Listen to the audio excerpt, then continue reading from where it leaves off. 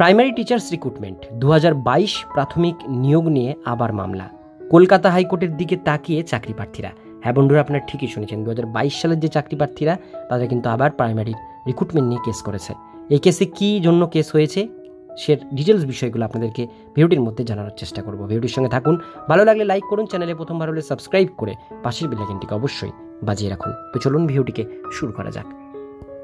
Primary teachers recruitment 2022 সালের প্রাথমিক শিক্ষক নিয়োগ প্রক্রিয়া যেন বিতর্ক এবং আইনি লড়াইয়ের এক অন্তহীন অধ্যায়। আবারও এই নিয়োগকে কেন্দ্র করে কলকাতা হাইকোর্টের দ্বারস্থ হলেন চাকরি প্রার্থীরা।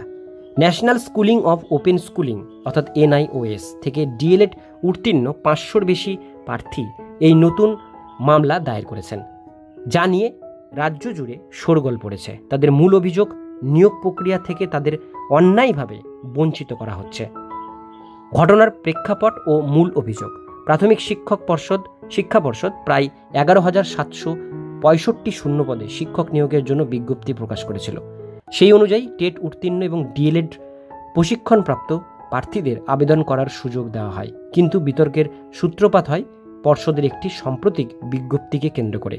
এই বিজ্ঞপ্তিতে স্পষ্ট বলা হয়, শুধুমাত্র সুপ্রিম কোর্টের মামলাকারীরাই নথি যাচাই প্রক্রিয়া অর্থাৎ ডকুমেন্টস ভেরিফিকেশন অংশগ্রহণ করতে পারবেন, যা আগামী 9 জুন থেকে শুরু হওয়ার কথা। কলকাতা হাইকোর্টের দায়ের করা মামলায় NIOS প্রার্থীদের আইনজীবী সওয়াল করেন যে পর্ষদের এই সিদ্ধান্ত সুপ্রিম কোর্টের পূর্ববর্তী নির্দেশের সরাসরি লঙ্ঘন।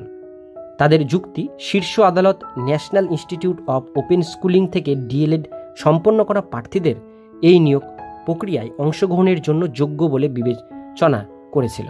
তা সত্ত্বেও পর্ষদের এই নতুন পদক্ষেপ তাদের বঞ্চিত করছে। আন্দোলনকারী চাকরি প্রার্থীদের প্রধান দাবি, ওপেন স্কুলিং থেকে উত্তীর্ণ সকল যোগ্য প্রার্থীকে যেন অবিলম্বে এই নিয়োগ প্রক্রিয়ায় অন্তর্ভুক্ত করা হয় এবং তাদের নথি যাচাইয়ের জন্য ডাকা হয়। তাদের মতে পর্ষদের এই একপেশে সিদ্ধান্ত বহু যোগ্য প্রার্থীর ভবিষ্যৎ অনিশ্চিত করে তুলেছে। আদালতের পরবর্তী পদক্ষেপ। এই গুরুত্বপূর্ণ মামলার শুনানি শীঘ্রই কলকাতা হাইকোর্টে অনুষ্ঠিত হবে বলে জানা গিয়েছে। আদালতের রায়ের দিকেই এখন তাকিয়ে রয়েছেন হাজার হাজার চাকরি প্রার্থী। এই নতুন মামলা 2022 সালের প্রাথমিক শিক্ষক নিয়োগ প্রক্রিয়ায় যে আরও একটি জটিলতা এবং অনিশ্চয়তা যোগ করল তা বলার অপেক্ষা রাখে না। সকলের আশা, আদালত একটি নিরপেক্ষ এবং দ্রুত সিদ্ধান্ত নিয়েই এই দীর্ঘ প্রতীক্ষার অবসান ঘটাবে।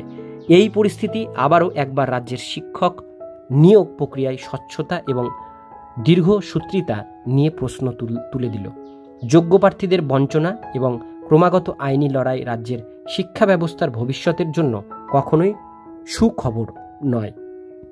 এখন দেখার এই আইনি লড়াই কোন দিকে মোড় নেয় এবং চাকরি প্রার্থীদের কবে তাদের ন্যায্য অধিকার ফিরে পায়।